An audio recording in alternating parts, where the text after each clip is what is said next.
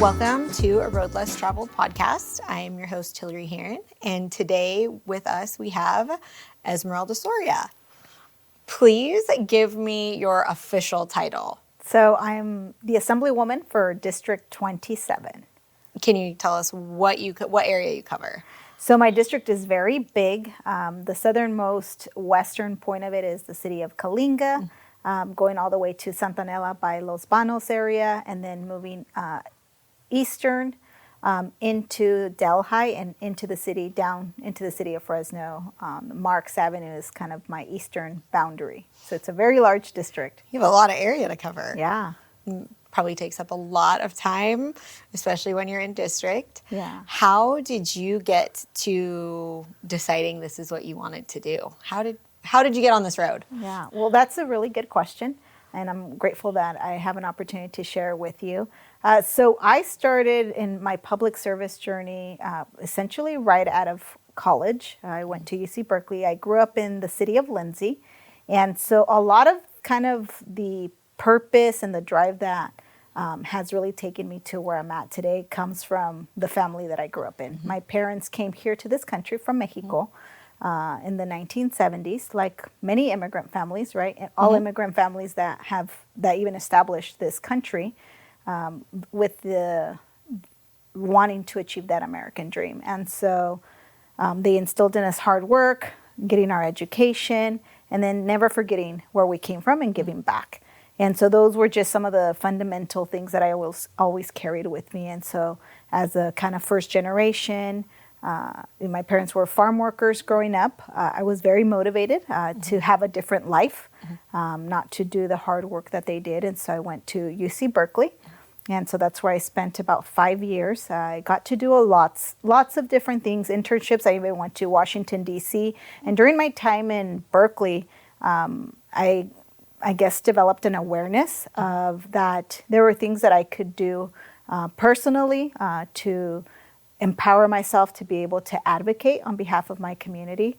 And, growing up in this very small, rural, disadvantaged community, I saw a lot of the challenges, but I also recognized the opportunities. And so after college, I applied to a fellowship in Sacramento. And I had the great fortune of working for a state senator. Mm-hmm. And so that was kind of my first, experience in getting insight as to what happens, in those four walls of the state capitol. Mm-hmm. It is a really nice building, but I don't think people realize how much work happens there. And it could be good or bad. Mm-hmm. And I wanted to make sure that that experience helped me decide where I would go in the future. I never thought that I would be an assembly member at that point, but I did know that being in the public policy, making laws, was the space that I really thrived in and that I enjoyed, because I felt like communities like ours in the Valley needed to have a seat at the table and a voice. And so that always kind of inspired me to be involved in the community and see that there's pathways where we can be involved and influence policies and how laws are made and how investments are made at the state level. And so that really kind of was the beginning of my journey. And then, a few years later, after law school, I ended up moving back to the Valley. I worked for Senator Michael Rubio as his district director, then had the opportunity following there working for Assemblymember Henry T. Perea in his district office. And during that time, there was a vacancy that happened in the city council. And I was encouraged by folks here in the city of Fresno to consider that. And that would be my first elected office. It was here in the city of Fresno. And what motivated me, kind of going back to my experience being in Sacramento, was having a seat at the table.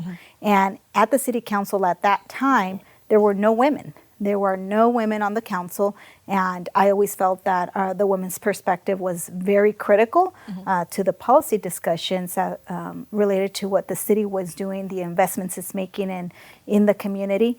And so I said, yeah, I'm going to do it. And I was not supposed to win. I wasn't the favored candidate, But who gets to decide that? The voters decide the voters you decided. Were obviously the favorite The candidate. voters decided, but at the time, right, the like political pundits, I was a newcomer. I wasn't born and raised here in Fresno, but born and raised in the Valley, and so there was a lot of obstacles I had to overcome. But nevertheless, the voters decided that they would give me a shot, and then I got reelected again, and so I spent 8 years on the council. And after spending 8 incredible years on the council doing some amazing things for the city and for the neighborhoods that I represented, I wanted to be able to continue that. And so that's how I ended up then deciding to run for the state assembly seat, to continue that work that I had started here in the city of Fresno. On behalf of women up and down the Central Valley, thank you for your service, for giving us all a voice at the table. And I'm guessing that a lot of the tables that you have had the opportunity to sit at look very much the same. Not necessarily as you, but as each other. Like everybody else looks the same. And so you've had a really great opportunity to provide that perspective. Are there times where you have felt like just getting up and walking out, giving up, throwing the water across the table and taking off? I have endured some difficult times in my journey. Absolutely. There's been times where I'm like, man, is this all worth it? Right? Because it doesn't pay well. And there's a lot of criticism or, just in the space that you're in. I will say it's a contact sport. So yeah, absolutely. There's been those days where it's like, man, do I really want to continue to do this? But I think I'm consistently reminded, my mom always told me, to whom much is given, much is required.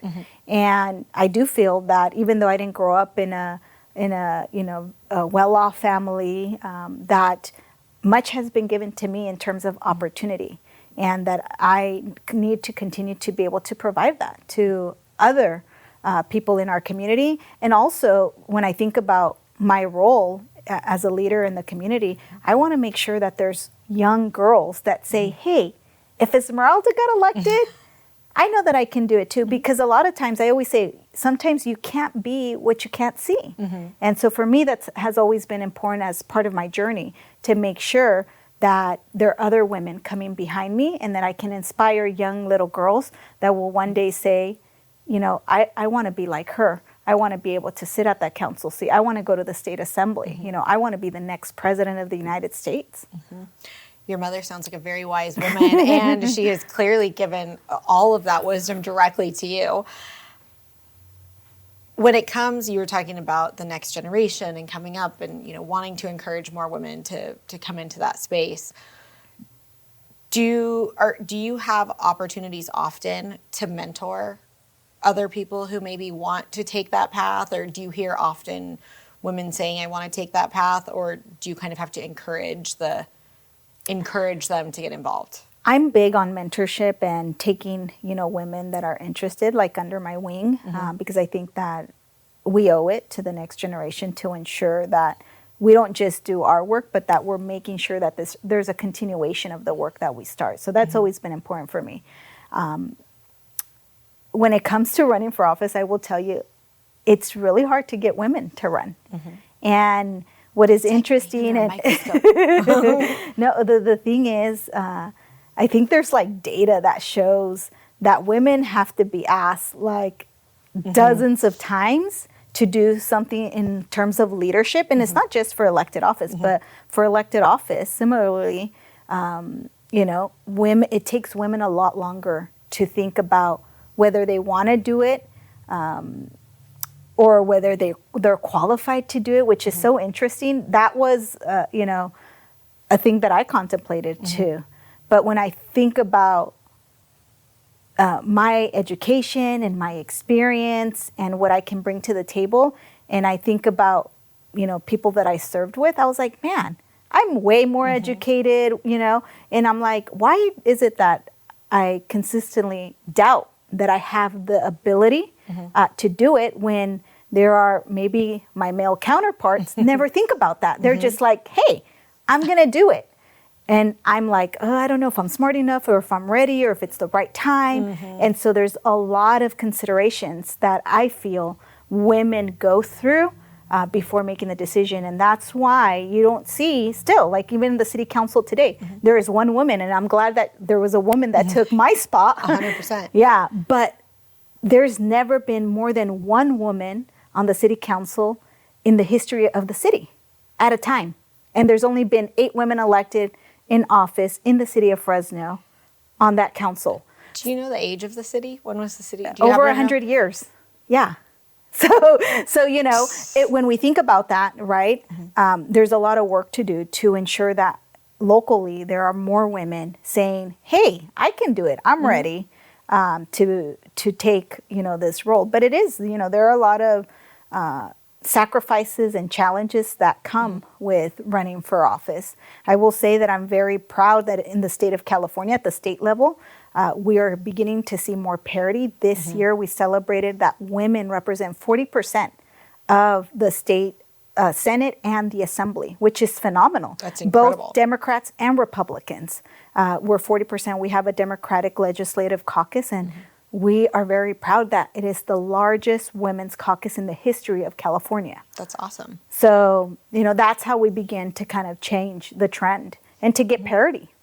Well, and California is a little bit more progressive than other places, and some to its credit, some to its fault. And we've visited in the Capitol, and it was incredible to see all the women's names on the doors, on the big giant thing. What would you say to women who are afraid to get involved? Afraid to, not necessarily to run for office, but are afraid to even get involved to advocate for themselves? Yeah. I think that we all provide value, and that if you find it in yourself that you want to give in a positive way, it doesn't necessarily have to be an elected office. It can be a board of a nonprofit, and God knows that we need just people to step up to serve in nonprofit boards. We even need women in the private sector, in the corporate boards, because there are not as many. And I know that there's been efforts at the state level to get more transparency, to really encourage even big corporations to include more women in these corporate boards. And I think those are all tables that we should be at.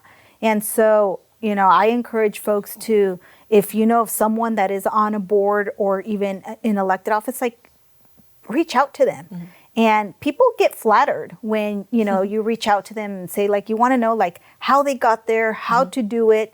And I think people are willing, and, especially if it's a woman, they'll be willing to share, like, hey, how you too can give of your time and of your service. Have you had any women, other than your very wise mom, who were great mentors to you that helped usher you along, or who really kind of propped you up when you felt like maybe you wanted to turn around and go home? Oh, yeah, no, I have an incredible just group of women kind of all over that support me. When it comes to family, obviously my mom is number one, and then my sisters, who also are leaders in their own right. 2 of them are in elected office. One sits on a school board, the other one sits on the hospital district. Again, Amazing.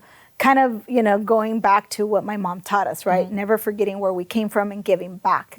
And then just along my professional journey, I've had women that have, mentored me. I will mention one, Martha Guzman, who, when I was in law school, I worked for her for a nonprofit organization, and she kind of took me under her wing and helped me in, kind of as a young professional and in my journey, and then has been extremely supportive, through my time now as I've been in elected office. She was appointed by Governor Brown to the CPUC, and then now was appointed by President Biden to be the EPA Regional 9 Director. And so someone in her own right that has also, risen as a woman leader.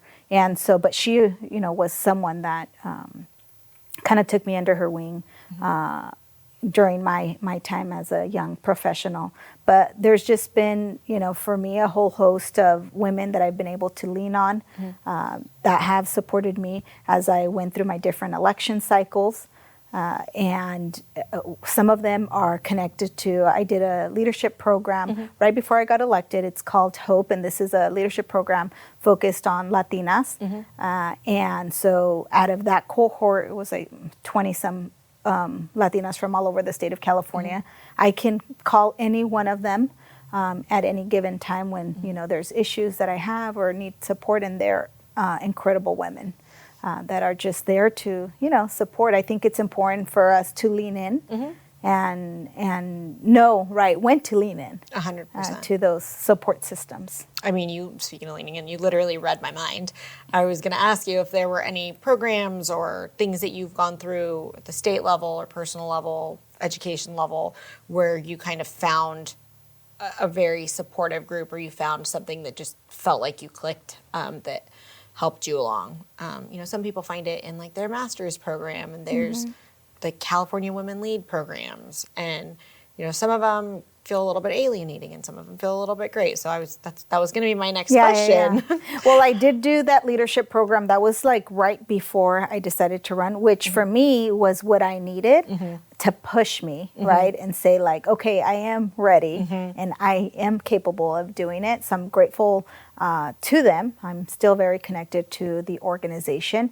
But there are a variety of women, groups at the state level that have done similar things for other women. Like there's Emerge California that motivates women across political spectrums to run for office. So there are those existing groups. For me also, I think we all have kind of different chapters in our life depending on where we're at. And I also did a Harvard leadership program that was very, very insightful early in my tenure as a council member, which helped me become, I believe, a better leader.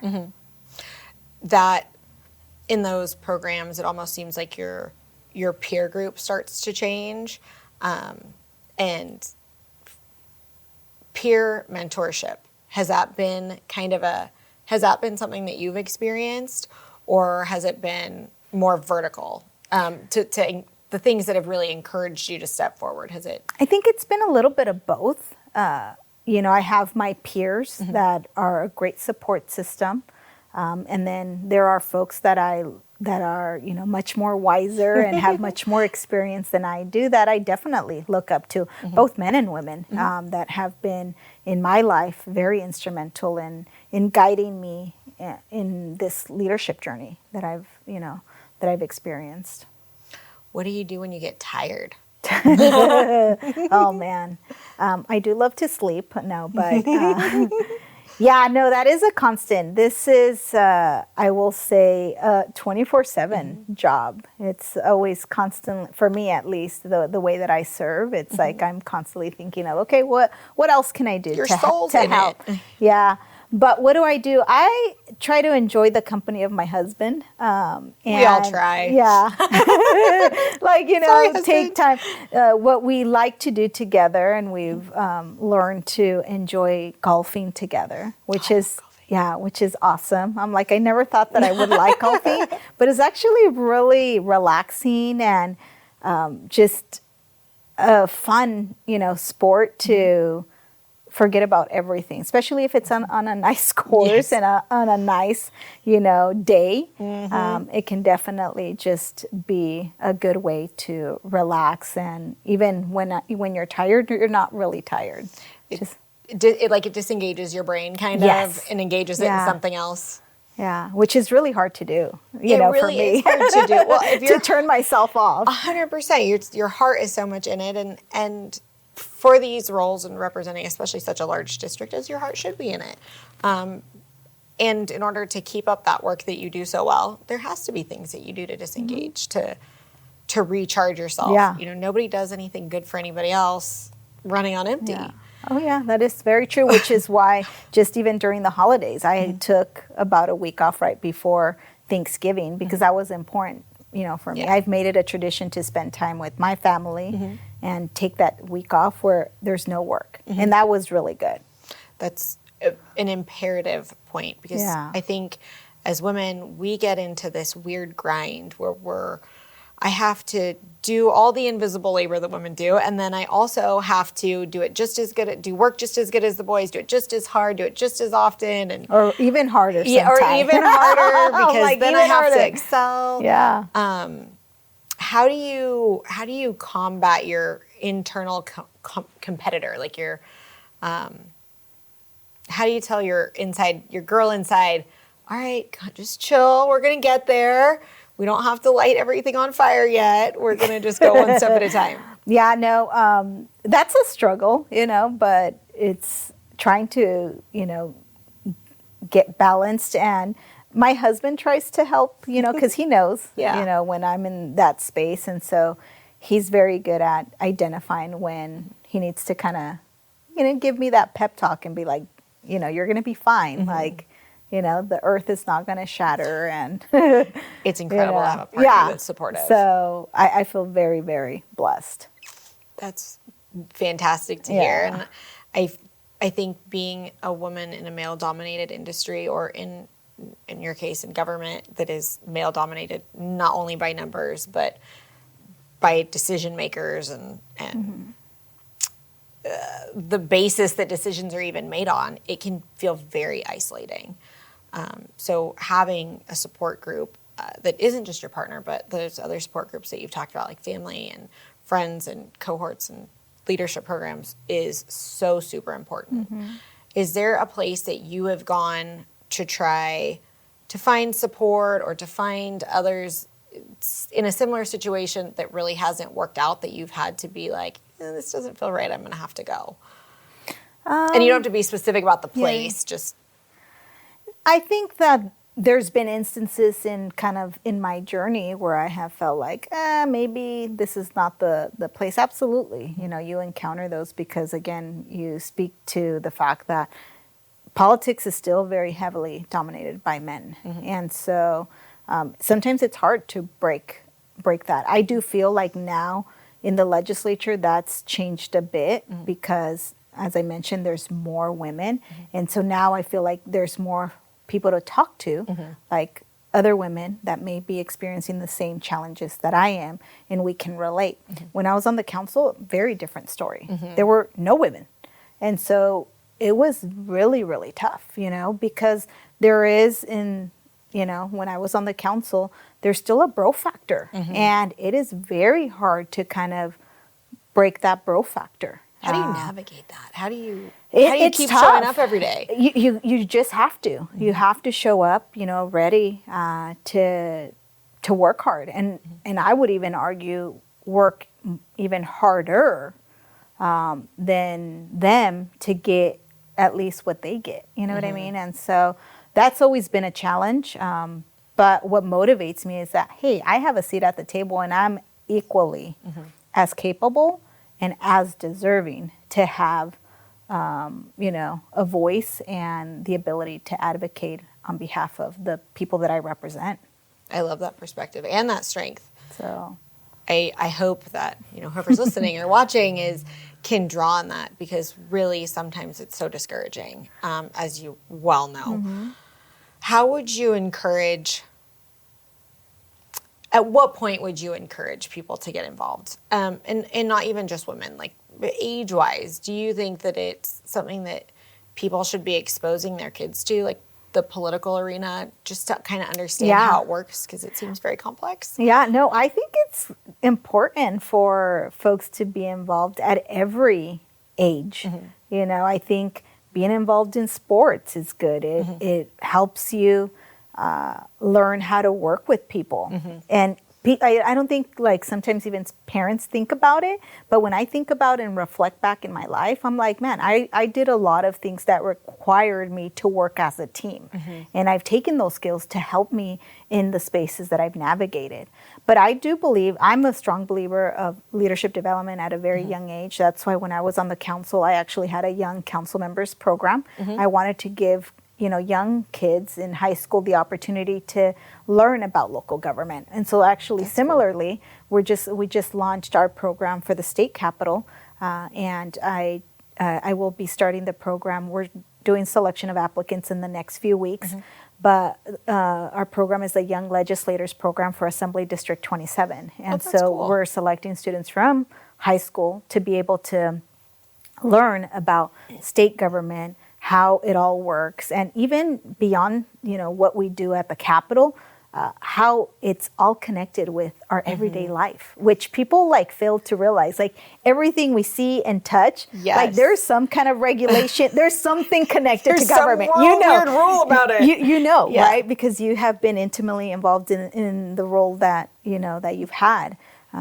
Being involved in advocacy. Yeah. How do you get somebody involved in those programs? I have ideas. I have people. Is it like a curated selection now and then eventually it'll kind of open up more? Or is there some website? I think that there's a lot of work to be done in that realm. I kind of do in my own little world, right? But I do believe that there's an incredible opportunity to create more venues and opportunities to get involved, because I will tell you, there is no shortage of things that people can be involved with. You would be surprised at how much I struggled when I was a council member to get people from my district to get involved on the District 1 committee, on the Planning Commission, on the Bike Advisory Board, on the Parks Commission, on the Youth Commission. There are so many commissions out there locally, at the county level, at the city level. There's state level positions. We need to do a better job of, demystifying being involved. I 100%, and 1,000% support and that. I also think more importantly, and so maybe that's something that we can work on together, but the state has an incredible number of state boards that oversee, create even policy through regulatory, right, engagement. And so we don't see a lot of Central Valley folks or women in those spaces. So we got to, figure out how do we demystify getting more involved. And, it can start by volunteering. You don't have to be on a board, right? But it could start by volunteering, and then that can develop if it's a passion of someone. And that's what I would encourage. You have to figure out what your passion and purpose is, because you will do it much better. Exactly. Right? Well, and you hit the nail on the head. People don't get it. And I don't mean that people don't understand.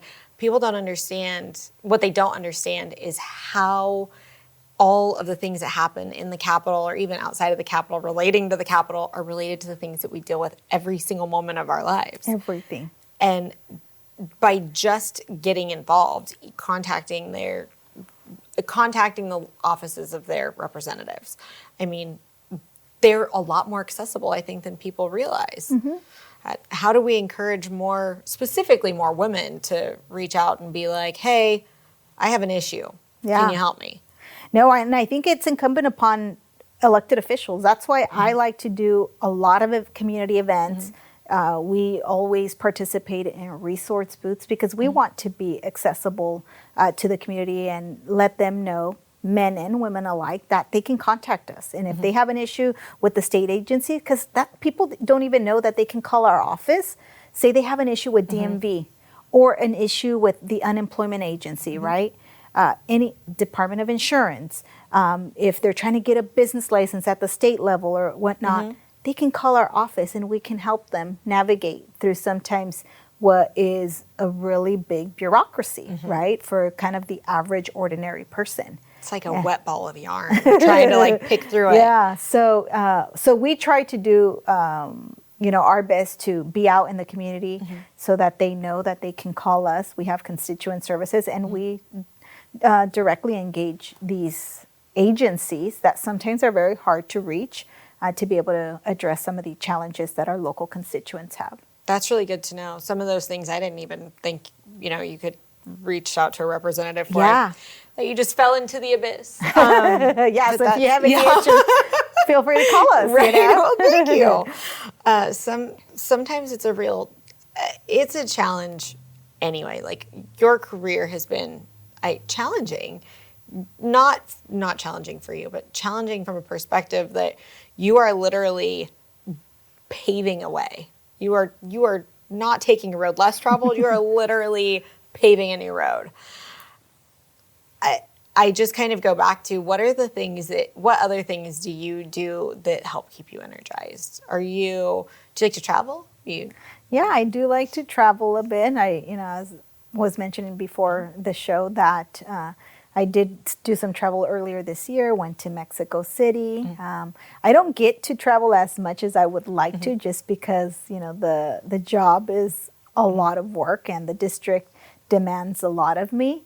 But when I do have the opportunity, we like to, even if it's a short getaway, be able to do that, on a weekend.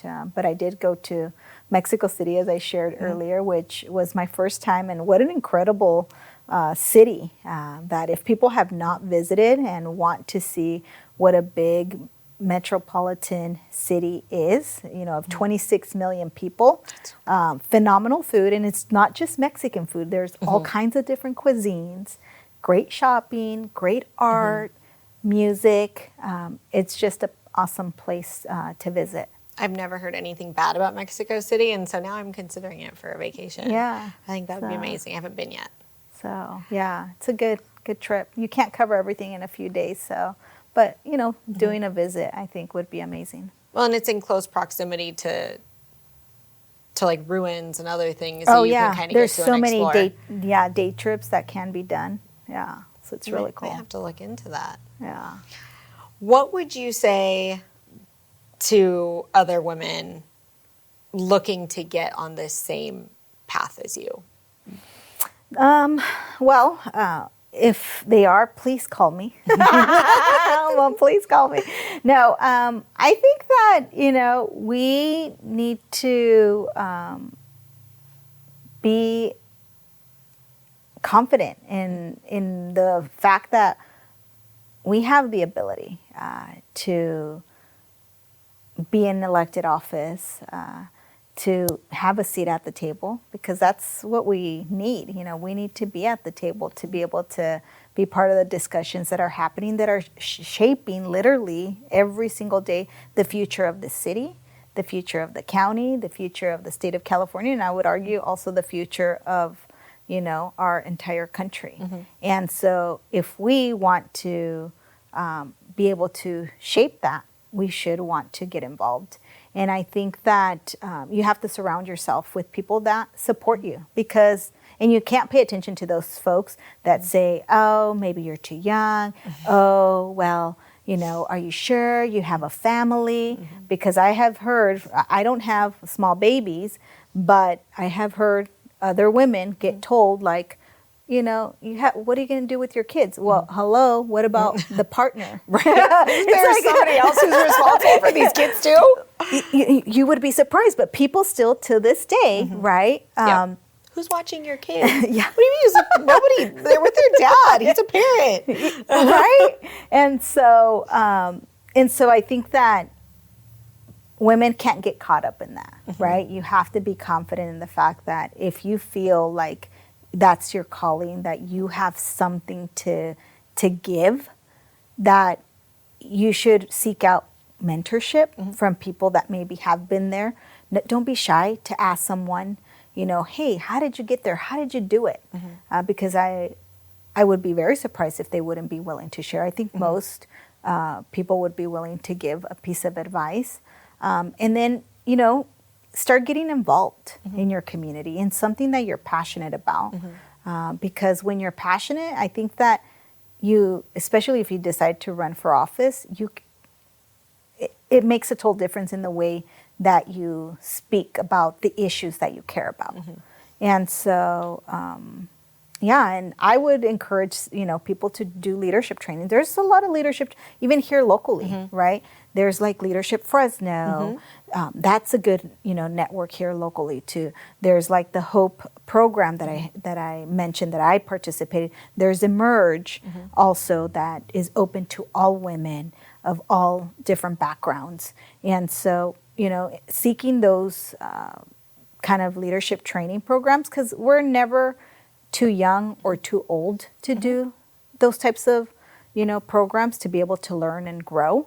That's a very valid point. And then surround yourself by people that are going to push you to the next level and support you even in tough times. Because believe me, when I say I'm like, being in this space is not easy. You know, there's going to be really good days, but then there are going to be those tough days. And it's those good days that should keep you motivated to continue doing the work. But again, feeling that purpose within you and knowing, that's what like keeps me getting up every single morning and saying, hey, I'm doing this because I got to make a difference in my community. And I got to make sure that we get the resources that we need. I got to make sure we open up the hospital. We got to make sure the people that, you know, were lost everything because of the floods during the last winter, that they get taken care of. Those are the things that every morning wake me up and say, Esmeralda, you got to get to work, because there's a lot to do, especially here in our valley. The needs are tremendous, you know. And so if people are passionate and want to see a different valley, you know, we just learned yesterday the sad news of that young woman that got murdered by her ex-boyfriend. Domestic violence, right? Yeah. And it's like, we have a lot of work to do in our community. Yeah. And so there's no shortage of that. And so if you just have an inch of desire to see your community be better, then get involved. And there's nothing, you know, too big or too small for us to do. Nobody should ever have to worry about that. And those are very wise words. Thank you very much. Really appreciate you sharing everything. And I know this is only round one. I will trouble you after this for some of the resources so I can share them. Yeah. And I'm very, very grateful for your time. And thank you for joining and sharing your story. And I will definitely be sharing your number, maybe not your personal number, but I'll be sharing your number with some other girls that I know that really want to get involved and make a difference. Yeah. Because your passion is palpable and people need that. Yeah, no, I appreciate you, Hilary, for obviously creating this space too. I think that it's important that women talk about, you know, a variety of things to encourage other women to be able to share, so that maybe people don't think it's that scary to do what. If I can do it, I'm like, believe me, I'm like, if I can do it, you know, a young girl, farm worker kid from the city of Lindsay, you know, I feel like there's a lot of women out there that can also step up and do it. You know, you don't got to be rich. You just got to have a lot of drive, be willing to work hard, and have purpose in what you do, right? And I'm sure there's a lot of people in our community, right? And 100%. A lot of women. 100%. So it's just going to take us to give them that little push and encouragement to get involved. Well, thank you for that. Yeah. I think that your passion really does shine through and is very encouraging. It's inspirational for me, and I know we got to feel very lucky to know you. So Shh, don't say that out loud. But honored to be your third guest. So, thank you very much. I'm very grateful for you. Yeah. And thank you for all the work that you do. That we'll do together. Yes. Yes.